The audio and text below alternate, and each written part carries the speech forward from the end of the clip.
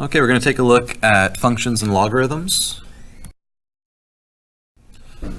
A relation is a function if every x corresponds to one and only one y value. In other words, if you plug in an x, you know exactly what value you're going to get out for y.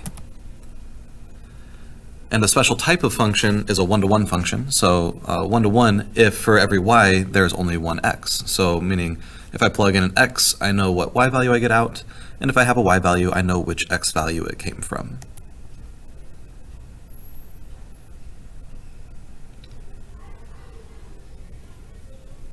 So this might be a little bit confusing right here, but try to read through it a couple of times. So a function is one-to-one if f of a does not equal f of b, meaning you have two different y values, then a does not equal b, meaning you have two different x values. And we have a pretty straightforward way to visualize this. We know that the vertical line test tells us if a function is, or if a graph represents a function. The horizontal line test tells us if that function is one-to-one. So 1/2 x cubed is one-to-one, it passes the horizontal line test. 1/2 x squared is not, because we can see that we touch the graph in two different places. Meaning we have the y value, let's say a y value of 2 corresponds to both an x value of 2 and an x value of -2. To be one-to-one, it can only correspond to one of those values. And this is not a function at all because it doesn't pass the vertical line test.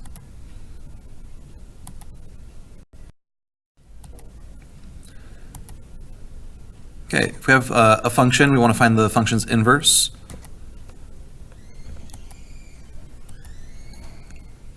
We can do this by switching x and y. And you can switch x and y at the beginning or at the end. It's just up to you.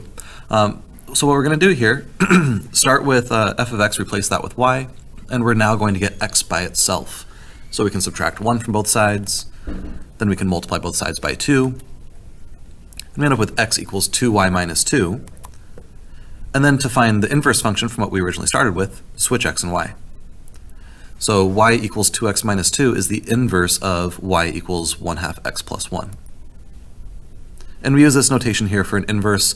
That -1 is not an exponent even though it looks like it. It just identifies this as an inverse function. So we can see those two lines right there. And we know that inverse functions are always symmetric about the line y equals x. So you can see the dotted line y equals x, and the two functions are symmetric on both sides. All right, so if we have f of x equals x squared, and notice we've restricted the domain to be greater than 0. If you think of the graph of x squared, that's a parabola, and that's not one-to-one. So we restrict the domain to be greater than 0, forcing our function to be one-to-one. If a function is not one-to-one, we can't talk about the inverse because the inverse would not be a function.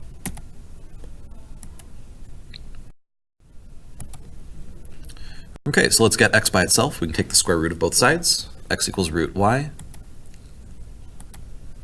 Switch x and y. So our inverse function is the square root of x. Now here's a little information on your calculator. If we want to graph x squared, but with our given function here, x is strictly greater than or equal to 0, you can tell your calculator to only graph for those values of x. Control equals gets you that vertical bar, and then you can state x is greater than or equal to 0.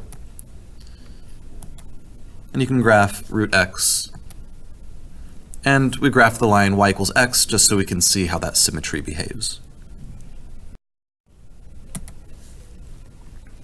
Okay, exponential functions are one-to-one, so it has an inverse. And we just use a special notation for the inverse here. We use a logarithm to represent the inverse of an exponential function. So if 16 equals 2 to the power of 4, we could also write 4 equals log base 2 of 16, which means the same thing. That base 2 tells us we could have 2 to the power of 4 and we could get 16.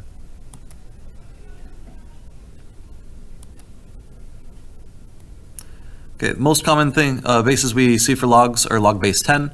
For log base 10, we just write log. So if there's no base written, it's assumed to be 10. And in this class, what we will see all the time is log base e, and we write ln of x, natural log of x.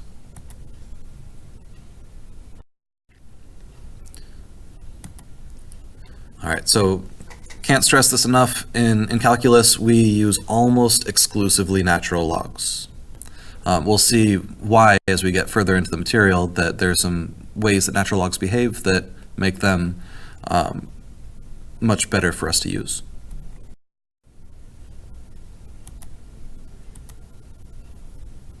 Okay, we can use our calculators to simplify logarithms. You can come up with a logarithm of any base if needed. So control log.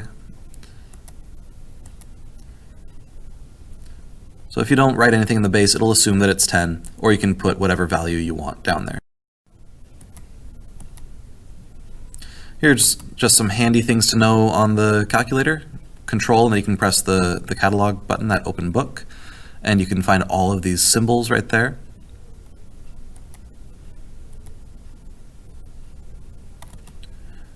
You'll find this button to be very helpful. It brings up some very commonly used functions that we'll see, especially over the next couple of chapters. We have our trig symbols. So if you press trig, you can get access to all 6 of our trig functions and their inverses. If you need pi, infinity, e, theta, all of those are found underneath the pi button. And if we need different inequality symbols, greater than, less than, not equal to, those are all underneath the equal button, control equals.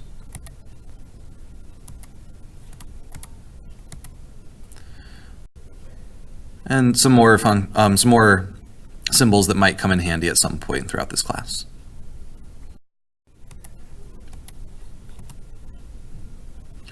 Okay, some properties of logarithms here. Now, I know there's a lot of symbols right there, but just take a look at what we have going on here. We have a base a, and we have a log raised to the power of log base a. Since these are inverse functions, we can think of them as undoing one another. So a to the power of log base a of x is just equal to x. The next one, log base a of a to the x, is equal to x.